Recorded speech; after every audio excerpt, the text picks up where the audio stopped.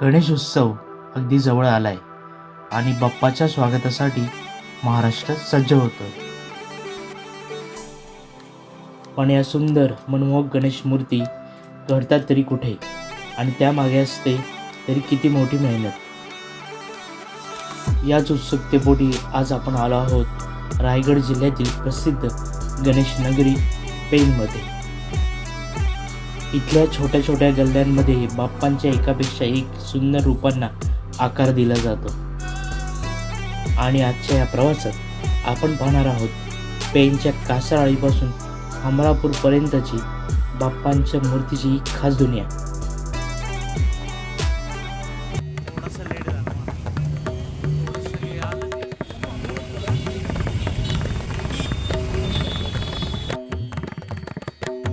आणि आजच्या या प्रवासात आपण पाहणार आहोत पेणच्या कासाराळीपासून अमरापूरपर्यंत बाप्पांच्या एकापेक्षा एक सुंदर मनमोहक मूर्तींची ही खास दुनिया. दिसायला ही आळी अगदी साधी आणि अरुंद, पण याच परिसरात बाप्पांच्या सुंदर मूर्ती घडवणाऱ्या अनेक कलाकारांची वस्ती आहे.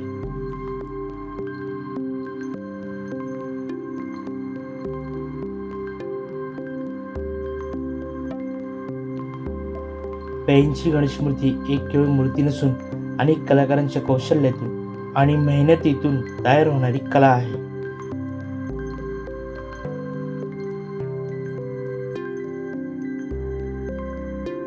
आकर्षक गणेश मूर्तींसाठी प्रसिद्ध असलेल्या पेणमधून यंदा 26,000 गणेश मूर्ती परदेशात पाठवण्यात आल्या आहेत. Thailand, Dubai, America, Australia, Mauritius, Indonesia, Canada आणि इंग्लंड येथे या मूर्ती पाठवण्यात आल्या आहेत. पेणमधील सुप्रसिद्ध गणेश मूर्तिकार श्रीकांत देवधर यांची पेणमधील कासाराळी नावाच्या छोट्या गल्लीत कार्यशाळा आहे. त्यांनी माध्यमांना दिलेल्या माहितीनुसार कधी काळी या छोट्याशा गल्लीत तांब्याची आणि पितळाची भांडी तयार करण्याचे कारखाने होते. मात्र पोलादाच्या आगमनामुळे या कारखान्याचा व्यवसाय संपला. तेव्हा कामाशी संबंधित सर्व उद्योजक उपजीविकेसाठी गणेश मूर्ती नवीकडे वळले आणि हळूहळू कार्यशाळाची रांग लागत गेली.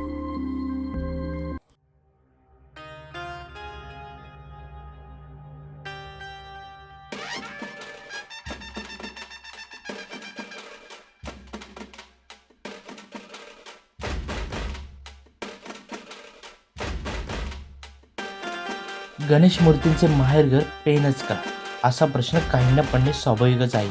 त्याचे उत्तर या शहरात पाऊल टाकल्यानंतर मिळते. येथे ठिकठिकाणी गणेश मूर्तीची शाळा दृष्टीस पडतात. या मूर्तीशाळांची संख्या पाहिल्यास कोणालाही आश्चर्य वाटल्याशिवाय राहणार नाही. याचे श्रेय द्यायला पाहिजे ते देवधर कुटुंबियांनाच दिले जाईल. कारण 18व्या शतकात मूळचे विजयदुर्गचे असणारे भिकाजीपंत देवधर हे पेण येथे आले. सन 1860 साली पेण येथे खोतांचे राज्य होते. खोत म्हणजे सर्वात श्रीमंत व्यक्ती. त्यांच्याकडे भिकाजीपंत आपली कला सादर करायचे. त्या काळी फेटे बांधणे, मूर्ती बनवणे, विविध कलेच्या वस्तू बनवणे याद्वारे ते आपला उदरनिर्वाह करायचे. कालांतराने त्यांनी मातीच्या मूर्ती बनवण्यास सुरुवात केली. भारतात हिंदू धर्मियांमध्ये मूर्तीपूजेला विशेष महत्त्व आहे. पूर्वी म्हणजे 1860 ते 1920 पर्यंत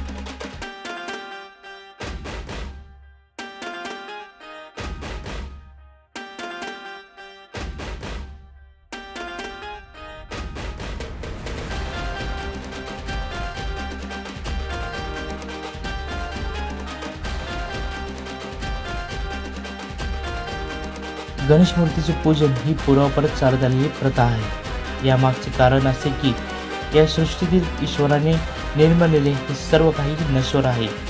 मातीतून आलेले मातीतच जायचे, यासाठी श्री गणेशाच्या मातीच्या मूर्ती बनवून गणपतीला 5 ते 7 दिवसांचा पाहुणा म्हणून घरी आणायचे. याचा पाहुणचार करून पुन्हा त्याच्या घरी पाठवायचे, म्हणजे मूर्तीचे वाहत्या पाण्याने विसर्जन करायचे, अशी आपल्या धर्मात प्रथा आहे.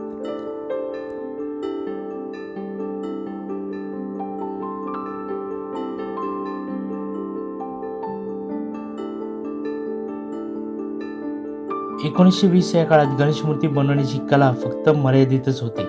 पण 1940 ते 1950 साली लोकमान्य टिळकांनी गणेशोत्सवाला सार्वजनिक उत्सवाचे स्वरूप दिल्यानंतर पेण येथील देवदारांनी याचा फायदा घेत मातीच्या गणेश मूर्ती बनवण्यास सुरुवात केली. त्यांनी पेणमधील साधारण 70-80 कारागिरांची फौज तयार करून त्यावेळी 200 ते 300 मूर्ती बनवण्याची सुरुवात केली. प्रत्येक कारागीराला 2 ते 5 रुपये पगार दिवसाला मिळू लागला. तयार झालेल्या गणेश मूर्ती मुंबई आणि पुण्याला विकण्यासाठी ती गणेशोत्सवाच्या 10 ते 20 दिवस आधी घेऊन जात. आज या व्यवसायावर किती जणांचा उदरनिर्वाह होतो याची माहिती केवळ थक्क करणारी आहे. आता येथील हजारो मूर्तिशाळांना शेकडो हजारो नाही तर लाखभर लोकांना उपजीविकेचे साधन बनले आहे. विशेष म्हणजे ही सर्व मंडळी स्थानिक आहेत. मुंबई व अन्य ठिकाणी स्थानिक कामगारांचे चणचण भासत असताना तसेच या व्यवसायातही परप्रांतीयाने चंचुप्रवेश केला असताना पेणमध्ये मात्र हा अनेक कुटुंबाचा परंपरागत व्यवसाय आहे. हे विशेष.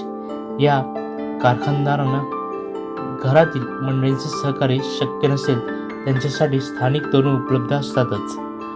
गणेशोत्सव भाद्रपदात येत असल्याने हा उद्योग या महिन्यापुरताच मर्यादित असेल असे वाटू शकेल. या आघाडीवरही या उद्योगाचे आगळे वैशिष्ट्य समोर येते.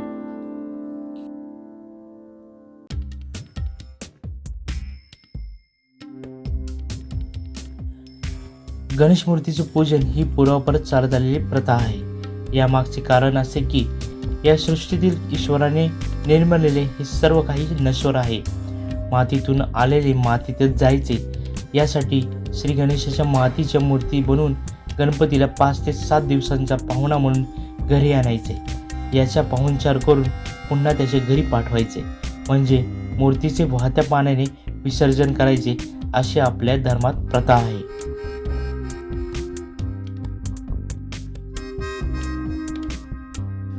तुम्ही कधी हमरापूरचे नाव ऐकले आहे का? कदाचित ऐकले असेल, पण हे गाव खूप खास आहे.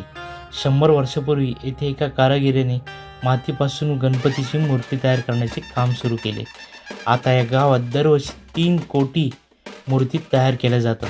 80 ते 90 कोटींचा व्यवसाय आहे. 418 घरांच्या हमरापूरमध्ये 500 वर्कशॉप आहे. याला म्हणतात भारताचे गणपती मार्केट. हे गाव पुण्यापासून 120 किलोमीटर अंतरावर रायगड जिल्ह्यातील पेण तालुक्यात आहे. गावात शिरताच रस्त्याच्या बाजूला असलेले गोदाम तुम्हाला दिसतात.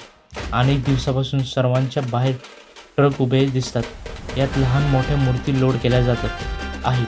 काम करणाऱ्या लोकांकडे पाहून कळते की त्यांना क्षणाचीही उसंत नाही.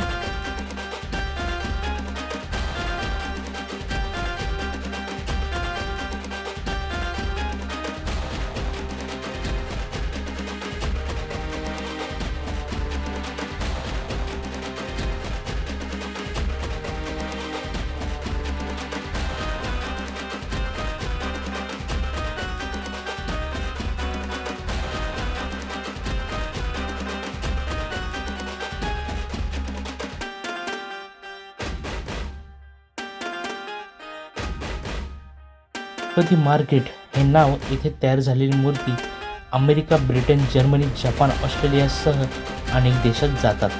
जहाज किंवा विमानातून या पाठवल्या जातात. गावात एका हंगामात 3 कोटीपेक्षा जास्त मूर्ती बनतात. त्यामुळेच हे गाव गणपती मार्केट म्हणून ओळखले जाते. गणपती मूर्तीमुळे मजुरी झाले कोट्याधीश. हमरापूर गाव अलिबागपासून सुमारे 58 किलोमीटर अंतरावर आहे. गावाची लोकसंख्या 1820 आहे.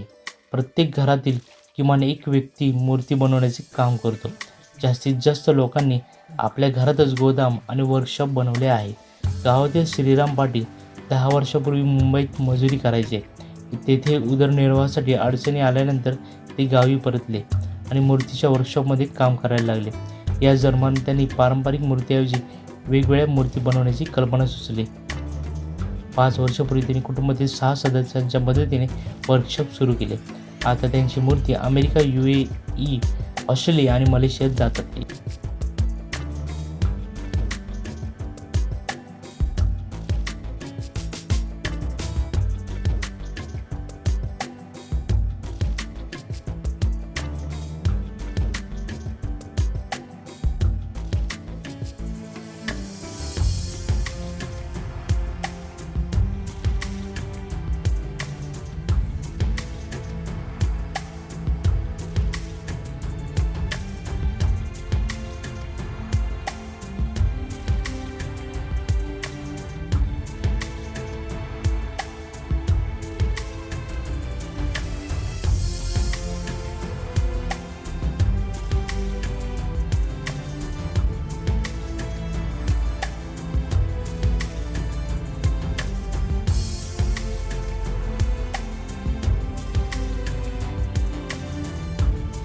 गावातील 10,000 आणि देशातील 25-30 लाख लोकांना रोजगार. गावातील मूर्तिकारांची एक संघटना आहे.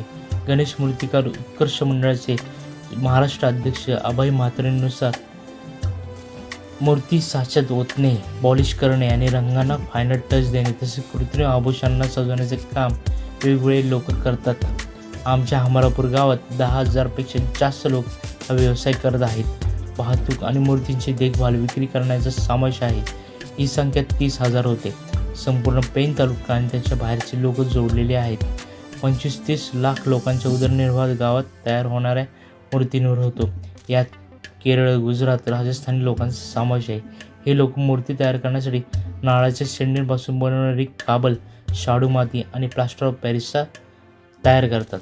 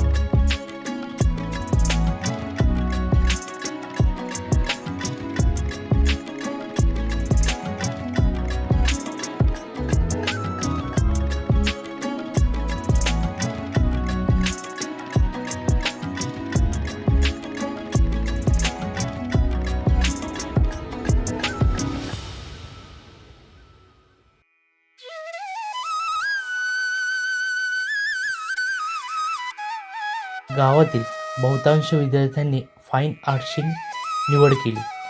हमरापुरातील साहिल ठाकूर फाईन आर्ट्समध्ये ग्रॅज्युएशन करत आहे. साहिल म्हणाला की आम्ही पारंपरिक पद्धतीने मूर्ती तयार करतो. मी ॲनाटॉमी आणि कलर कॉम्बिनेशनचे शिक्षण घेऊन हा व्यवसाय पुढे नेऊ इच्छितो. साहिलप्रमाणेच गावातील अनेक विद्यार्थ्यांनी फाईन आर्ट्स करत आहेत. साहिल म्हणाला की आमच्या वर्कशॉपमधून संगीतकार शंकर महादेवन यांच्या घरी मूर्ती जाते. अनेकदा महादेवन यांचा मुलगा सिद्धार्थ मूर्ती घेण्यासाठी वर्कशॉपमध्ये आला आहे. एका वर्षात माल चौपट महाग गेल्याने यावर्षी 100 रुपयांमध्ये जो रंग आणत होतो त्याची किंमत 150 ते 200 रुपयात मिळत आहे, असे कृष्णा ठाकूर म्हणाले. फ्लोरोसेंट पावडरचे रेट 600 रुपये किलोवरून 1000 रुपयेपर्यंत झाले आहे. मूर्तिकार विद्याधर म्हणाले की 30% गणेश मूर्ती शाडू माती आणि 70% मूर्ती प्लास्टर ऑफ पॅरिसपासून तयार होतात. यावर्षी कच्च्या मालाचे दर चौपट वाढले आहेत.